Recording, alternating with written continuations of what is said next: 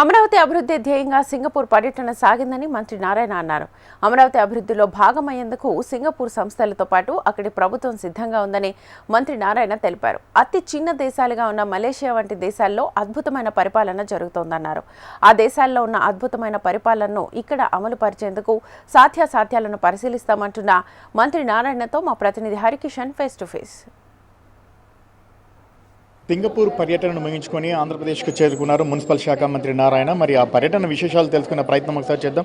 చెప్పండి sir, Singapore పర్యటన ఎలా సాగింది? ముఖ్యమంత్రి కంటే 2 రోజులు అదనంగా ఉన్నారు, ఏమేమి సాధించారు? అంటే సింగపూర్ పోవటం మెయిన్ ఉద్దేశం ఏంటంటేనండి, ఆ ప్రభుత్వంతో మన రాష్ట్రానికి ఉన్న సంపాదన గత ప్రభుత్వం వల్ల చెడిపోయినాయి. అంటే గత ప్రభుత్వం అదే చేసింది. ఎందుకంటే ఇక్కడి నుంచి సిఐడి వాళ్ళని పంపించి అక్కడ అధికారులని ఎంక్వైరీ చేసింది. అది ఒక కంట్రీ, అది రాష్ట్రం కాదు. అలాంటి చేసినప్పుడు ఖచ్చితంగా ఆ యొక్క సంబంధాలు కొంతవరకు దెబ్బతిన్నాయి. దాన్ని పునరుద్ధరించడం కోసంగా ముఖ్యమంత్రి గారు అక్కడికి రావటం, ఆ కంట్రీ ప్రెసిడెంట్తోనూ ఆ కంట్రీ సీనియర్ మంత్రులతో కూడా కలవటం, మాట్లాడటం జరిగింది. జరిగిన పొరపాటును కూడా వివరించడం జరిగింది. వాళ్ళు కూడా మన రాష్ట్రానికి అన్ని విధాల హెల్ప్ చేస్తామని చెప్పారు. అధికారులకు ముఖ్యమంత్రి గారు ఆదేశించారు. అది మన అధికారులు వాళ్ళ అధికారులు ఇద్దరు డిస్కస్ చేసుకొని అది ముందుకు పోవటం జరుగుతుంది. దగ్గర 4 రోజుల పాటు 26 సమావేశాలు నిర్వహించడం జరిగింది.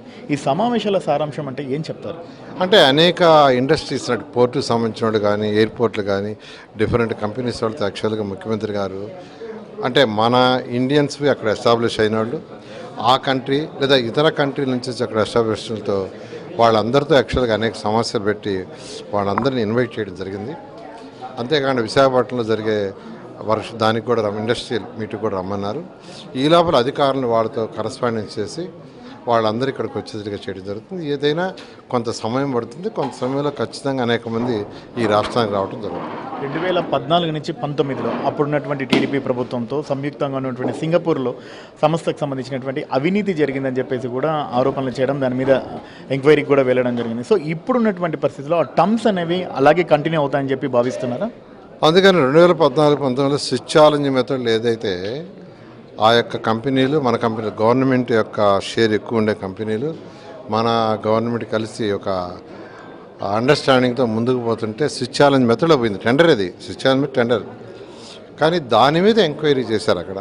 దాంతో వాళ్ళు హర్ట్ అయ్యారు. అయితే వాళ్ళు చాలా క్లియర్గా చెప్పారు, ఒకసారి సిఐడి ఎంక్వైరీ చేసి మా మీద బురద చల్లటానికి ప్రయత్నించారు కాబట్టి ఆ ప్రాజెక్టుకి రాలేము, మిగతా ప్రాజెక్టులో మిగతా వాటిలో హెల్ప్ చేస్తాం. ఫర్దర్గా కూడా ఇటువంటి సిచ్యువేషన్ ఉండదని చెప్పేసి మిమ్మల్ని వారు అడిగినట్లుగా కూడా తెలుస్తుంది. ఎంతవరకు వాస్తవం ఉంది ఇది? అటువంటి ఏం వాళ్ళు అడగలేదండి. యాక్చువల్గా మా ముఖ్యమంత్రి గారి మీద ఎంతో నమ్మకం ఉంది యాక్చువల్గా. అందువల్ల వాళ్ళు చాలా పాజిటివ్గానే రియాక్ట్ అయ్యారు.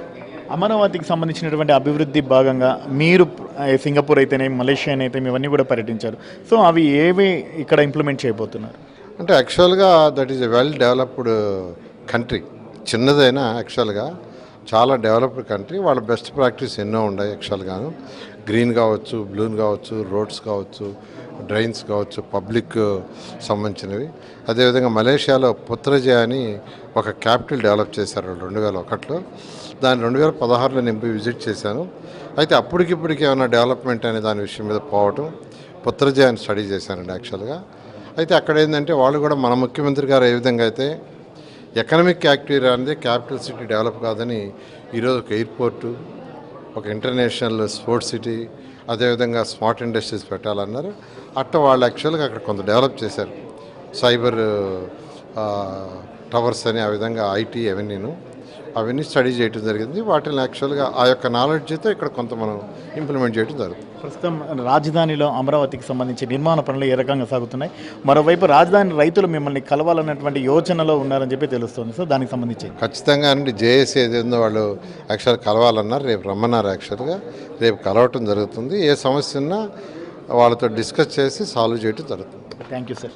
సో ప్రస్తుతం ఉన్నటువంటి పరిస్థితుల నేపథ్యంలో అమరావతిని అభివృద్ధి ధ్యేయంగా సింగపూర్ పర్యటన ఆద్యంతం సాగిందని, అలాగే సింగపూర్తో పాటు మలేషియాకు సంబంధించినటువంటి ప్రాంతాలను కూడా సందర్శించడం, అక్కడ జరిగినటువంటి అభివృద్ధిని అమరావతిలో ఇంప్లిమెంట్ చేసే ప్రయత్నంలో భాగంగా ముందుకు వెళ్తామని చెప్తున్నారు మున్సిపల్ శాఖ మంత్రి నారాయణ. మరోవైపు ఏదైతే వైసీపీకి సంబంధించి సింగపూర్ ప్రభుత్వంపై వేసినటువంటి నింద కారణంగా ప్రస్తుతం నిర్వహిస్తున్న ప్రాజెక్టు నుంచి వైదొలిగి ఇకపై కొత్త ప్రాజెక్టులలో కలిసి సంయుక్తంగా ముందుకు వెళ్తామని చెప్పేసి సింగపూర్ ప్రతినిధులు హామీ ఇచ్చారని తెలుపుతున్నారు. కెమెరామెన్ హరీష్తో హరికిషన్, హెషం టీవీ, అమరావతి.